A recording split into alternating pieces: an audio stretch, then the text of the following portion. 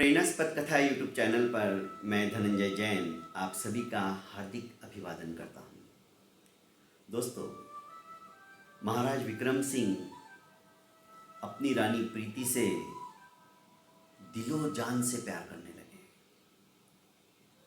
और फलस्वरूप इस प्यार का जो बीज प्रीति के अंदर बोया गया वो बहुत शीघ्र ही पुष्पित एवं पल्लवित होने लगा। प्रीति के फिर से अच्छे दिन आ गए, फिर भी वो ज़्यादा से ज़्यादा प्रभु भक्ति के अंदर लवलीन रहती, तल्लीन रहती। कभी कभी उसे पुरानी बातें याद आती तो अपने नियति को दोष देते हुए, अपने भाग्य को कोसते हुए उन्हें विस्मृत करने की कोशिश करती। महाराज विक्रम सिंह भी कहीं पुरानी बातों को याद कर प्रीति दुखी ना हो जाए, इसलिए ज़्यादा से ज़्यादा समय वे उनके साथ व्यतीत करते थे। समस्त राजभवन मानो खुश था। हर एक के घर के अंदर जैसे दिवाली का उत्सव हो, इस तरह से खुशियां मना रहा था। बस दुख था तो सिर्फ कांचन और रसीली को, क्योंकि उनकी ईर्ष्या की आग 100 गुना ज्यादा बढ़ चुकी थी। वे नहीं चाहती थी कि फिर से प्रीति के जीवन के अंदर खुशियों की बहार आ जाए। चतुरा और महाराज दोनों अत्यधिक खुश थे। महाराज इसलिए खुश थे कि चलो इस बार तो मुझे मेरे इस राज्य के लिए उत्तराधिकारी मिल ही जाएगा। और चतुरा इसलिए खुश थी कि चलो रानी के जीवन में फिर से एक नई बहार आ गई है और इस बार मैं कुछ भी अनर्थ नहीं होने दूंगी। वो सजग थी, सावधान थी। चतुरा चतुर तो थी ही, साथ ही साथ दासी भी तो थी। उसकी पहुंच भला कहां तक जाती। इधर इन दोनों ने एक भयंकर षड्यंत्र रच डाला। जैसे कि पिछले एपिसोड में मैंने कहा कि उन्होंने सोचा कि इस बार हम कुत्ते बिल्ली को नहीं रखकर एक मानव शिशु को ही रखेंगे, पर वो भी मृत होना चाहिए। पहले तो मन में आया कि रानी के ही लड़के को या लड़की को जो भी पैदा होगा उसका गला घोट के उसे मार दिया जाए, पर रसीली पाप भीरू थी, पाप करने से डरती थी। पर इसका विपरीत सहयोग जब मिलने लगा कंचन का, तो उसकी भी मति भ्रष्ट हो गई और वो भी इसके साथ पाप करने के अंदर लिप्त हो गई। पर इतना बड़ा अनर्थ अपने हाथों से वो कभी नहीं चाहती थी। फलस्वरूप एक दासी को इन्होंने पटाया, उसको लालच दिया, स्वर्ण मुद्राएं दिखाई और वो दासी तैयार हो गई। यहाँ तक हमने ये कहानी सुन ली। दोस्तों, आगे एक दिन इन दोनों के समक्ष दासी ने पूछा, डरते डरते एक जिज्ञासा है, एक शंका है कि आप मृत शिशु को क्यों बुलाना चाहती हो, क्यों लाना मंगा रही हो। कंचन जानती थी इस तरह का सवाल दासी के मन में आएगा ही आएगा, तो उसने पहले से ही उत्तर सोच के रखा था। उसने कहा कि देख, प्रीति जो है राजरानी, वो हमारी बचपन की सहेली है, हमें दिलो जान से प्यारी है। हम साथ में उठते थे, बैठते थे, खाते थे, सोते थे, गप्पा मारते थे, साथ में ही हम पढ़े लिखे भी हैं। और तू तो जानती है, अभी तक रानी ने 2 बार मृत बच्चों को जन्म दिया। तीसरी बार हमारी अपेक्षा है कि राजा को भी राज्य का उत्तराधिकारी मिले और वो जीवित मिले।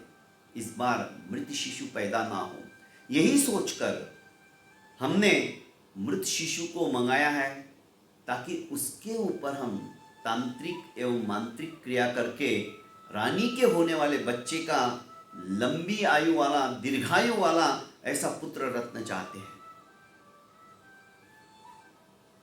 दासी जानती थी इनका आना जाना प्रतिदिन लगा रहता है रानी के पास, और ये रानी की खास सहेलियों में से है। और वो भी जानती थी कि अभी तक के 2 बच्चे मर चुके हैं, मरे हुए ही निकले हैं। उसने कहा, ये तो बहुत पुण्य का काम कर रही हो तुम। पुण्य का काम है, पर ये पुण्य भी यदि बाहर पता चल जाए ना तो पुण्य फल समाप्त हो जाता है, और पुण्य करते हुए किसी ने देखना भी नहीं चाहिए। अरे इस हाथ से हम कुछ दान दे रहे या पुण्य कर रहे हैं, पुण्य कर्म करने की चेष्टा कर रहे थे, इस हाथ को भी पता नहीं चलना चाहिए। इसीलिए तेरे से हमने वचन लिया है कि ये बात हमारे अलावा और तेरे अलावा कोई नहीं जानेगा, और यदि जान गया तो समझ ले तेरी खैर नहीं रहेगी। जितनी मैं सीधी हूँ, सरल हूँ, पुण्य काम करने के लिए उत्सुक रहती हूँ, यदि ये बात पता चल गई बाहर तो पाप काम करते हुए भी मैं डरूंगी नहीं, तेरा समस्त कुल समाप्त हो जाएगा। दासी सहम गई। उसने कहा, नहीं, मैं ऐसा कुछ नहीं होने दूंगी। मेरे अलावा ये बात कोई जान ही नहीं पाएगा। बस अब ये बताओ, तुम्हें वह मृत शिशु कब चाहिए? उसने कहा, मांत्रिक और तांत्रिक क्रिया करने के लिए यदि उसी दिन, जिस दिन रानी का प्रसव हो, मिल जाए तो सोने में सुहागा हो जाए। क्योंकि उसी समय यदि हम मंत्रोच्चारण पुरोहित जी करेंगे तो शायद होने वाला जो बच्चा है वो दीर्घायु रहेगा। उसने कहा, ठीक है, मैं कोशिश करूंगी। इतना बड़ा नगर है, कोई ना कोई तो बच्चा जाता ही है, तो मैं नवजात शिशु को शमशान घाट से लेके आऊंगी। और दोस्तों, होता ही है, इतने बड़े नगर के अंदर, और छोटे बच्चों को तो खड्डा खोद के उसके अंदर बूर दिया जाता है, उन्हें जलाया भी नहीं जाता है। वो घड़ी, वो दिन, सब कुछ नजदीक आने लगा। वही सब कुछ, प्रसव ग्रह भी वही चुना गया। रानी ने 2 राजकुमारों को जन्म दिया, पर अभागन रही, वहां पर कुत्ता और बिल्ली रख दिया गया। अब तीसरी बार रानी उदरस्त हो चुकी थी, और वो घड़ी भी नजदीक आ गई थी कि रानी अपने उस राजकुमार या राजकुमारी को जन्म दे। महाराज विक्रम सिंह बेसब्री से इंतजार कर रहे थे कि कब मुझे खुशी के समाचार प्राप्त हो। इधर जैसे ही प्रसव वेदना से पीड़ित होने लगी, कंचन ने रसीली को कह दिया था कि तुझे सूचना मिलते ही दासी से उस बच्चे को मंगवा लेना। और योग रहता है, उसके आधे घंटे पहले ही शमशान के अंदर एक नवजात कन्या जो कि मृत हो चुकी थी, वो बूर दी गई थी। यह दासी उसी को नहला धुला के तैयार करके अपने कपड़े में लपेटकर रसीली को दे देती है। रसीली बास्केट में उसी तरह से जैसे कुत्ते और बिल्ली को रखा था, उस नवजात शिशु को, बच्ची को रखकर वो राजमहल में चली आती है। किसी ने रोकने का तो कोई सवाल ही नहीं आता। सबका विश्वास था महारानी प्रीति की अंतरंग सहेलियां है।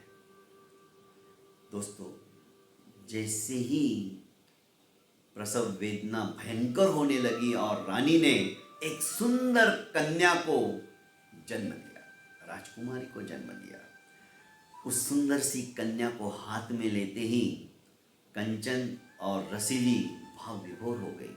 उनका भी मातृत्व जाग उठा, पर दूसरे ही क्षण ईर्ष्या की आग ने प्रीति के समस्त सपनों को भस्मीभूत करने के लिए ज्वाला सी पकड़ ली मन के अंदर, और कंचन ने उस बच्ची के दोनों पैर पकड़कर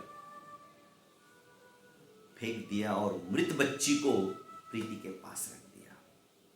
वह बच्ची भी उसी घास फूस के अंदर पड़ी।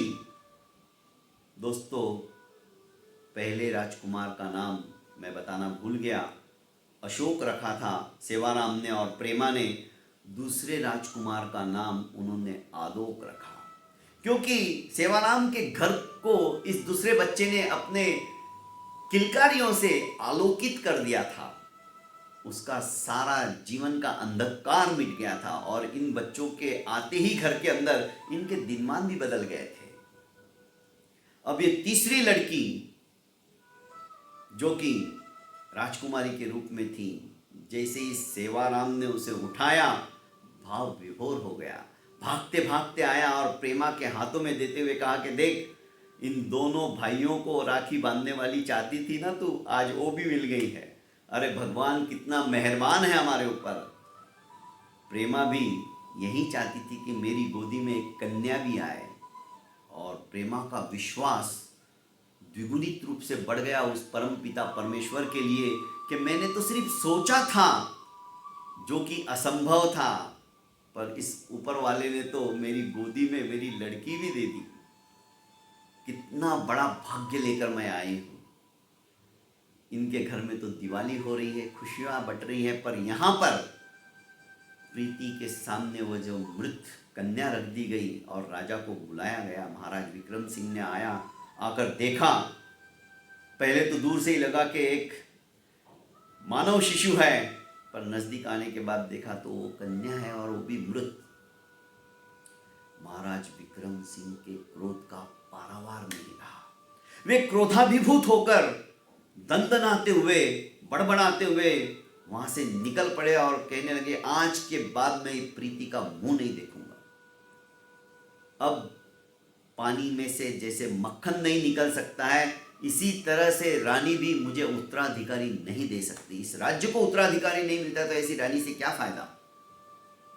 मैं आजन्म, जैसे कि मैंने पहले प्रतिज्ञा ली थी कि मैं शादी नहीं करूंगा, शादी करके भी क्या हुआ, विवाह करके भी क्या हुआ, इससे तो अच्छा मैं विवाह ही नहीं करता।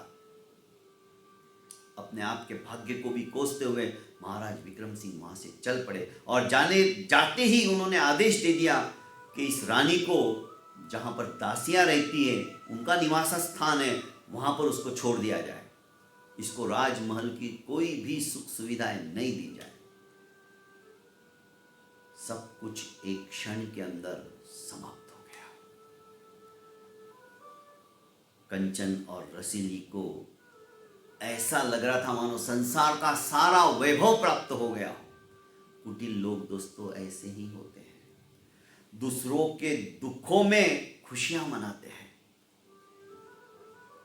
स्वर्ग सी अनुभूति इन दोनों को हो रही थी, और इधर प्रीति अपने भाग्य को कोसते हुए फिर से प्रभु भक्ति के अंदर लवलीन हो गई। इस बार उसने अपने जीवन में से ये भावना निकाल दी कि अब मेरा क्या होगा, मेरे कैसे कर्म हैं, अब मेरे शायद जिंदगी में अच्छे दिन आने वाले नहीं। क्योंकि इस बार उसने भी उस कन्या को देख लिया था जो कि मृत थी, और यही गृहीत कर लिया कि मेरे बच्चे जो भी पैदा हो रहे हैं सब मरे हुए ही हो रहे, पर इसमें मेरा क्या दोष। सोचते सोचते अपने आप को संभालते हुए सिर्फ और सिर्फ चतुरा ही उसके प्रति सहानुभूति रखती थी। उसकी वो अंतरंग दासी थी।